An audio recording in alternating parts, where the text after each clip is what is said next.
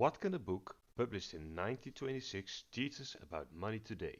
Well, it turns out quite a lot, because it teaches the rules still used by banks, insurance companies, and even business owners. What's up, everybody? My name is Lucas, and welcome on my channel, The Financial Collector. In today's video, I share the 5 biggest takeaways from The Richest Man in Babylon. The Richest Man is a book written by George S. Clason and is one of the classics when it comes to personal finance. In his book, Clason shares the stories about Arcad, the richest man in Babylon, and especially his teachings. But first, please support my channel by clicking the thumbs up button, subscribe if you haven't yet, and hitting the bell notification. Let's dive in. Key takeaway 1. Pay yourself first. The richest man is most popular because of the pay yourself first principle.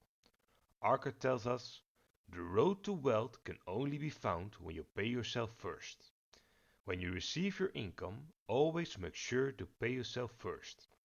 Make sure this is at least 10% of your income, no matter how little you earn. Of course, it can be much more, but understand you live today. Maybe you say, well, I pay myself first. But do you though? Don't you pay the bank for your mortgage, your credit card company for your outstanding debt, or even the government for your student loans or taxes?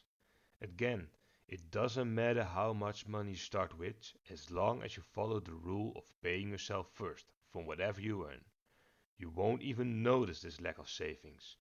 Anyone who can, sooner or later, live on 80 to 90% of their income and put their money to work can become rich. It seems small or even insignificant at first, but gradually you'll start to have a good amount set aside. But what if you're in debt?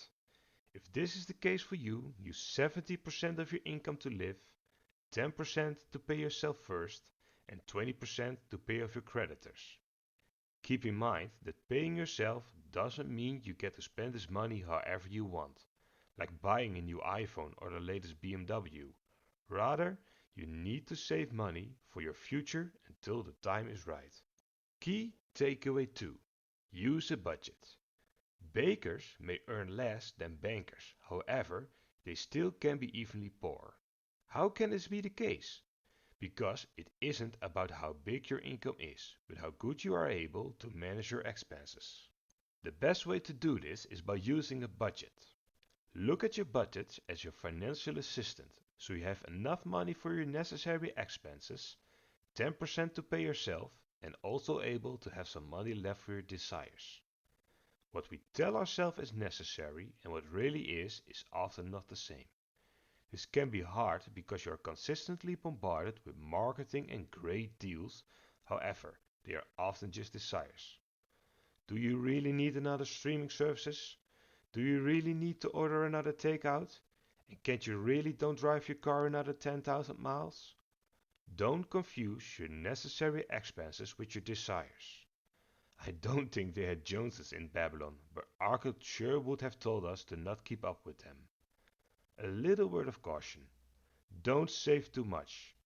I know the internet is full of people on social media who are able to save 40, 50 or even 60% of their income.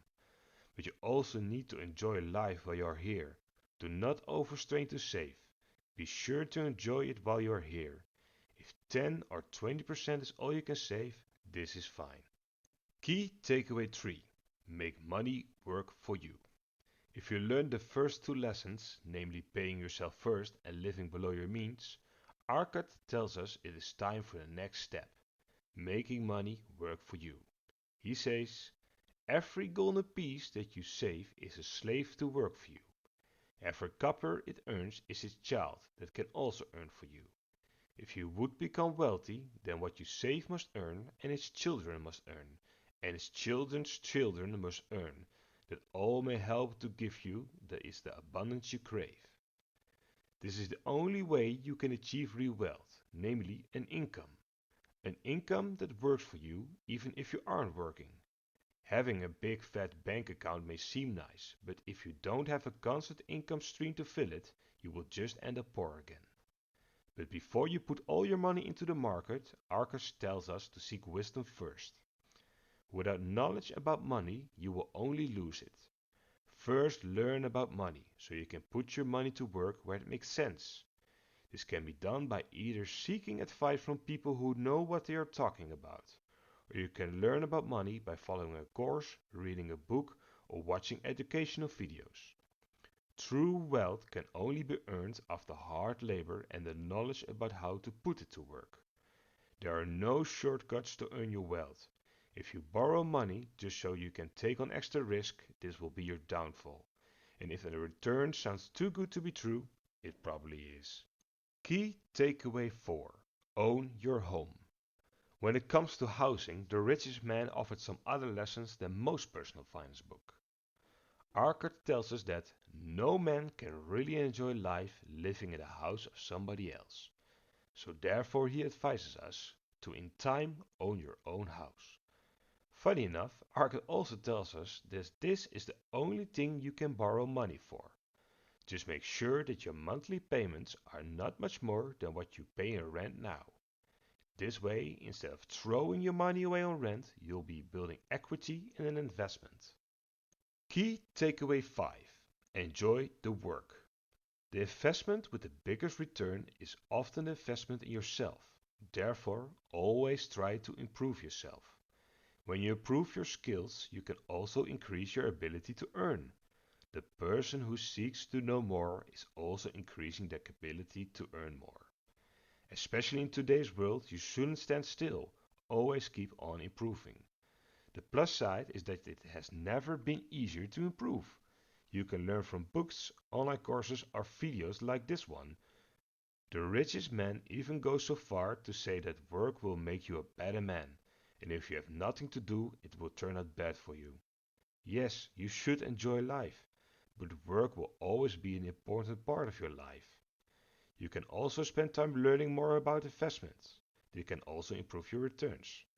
As an example, if you know nothing about real estate, it is not a good idea to jump in and buy investment properties. First, you need to study the market and learn all the terminology. So in conclusion, pay yourself first, make sure to use a budget so you can live below your means, make your money work for you, and in the end own your own house and be sure to enjoy your work. If you want to learn more about personal finance, investing or money in general, be sure to subscribe to the channel and leave a like if this video has helped you in any way. On to the next one.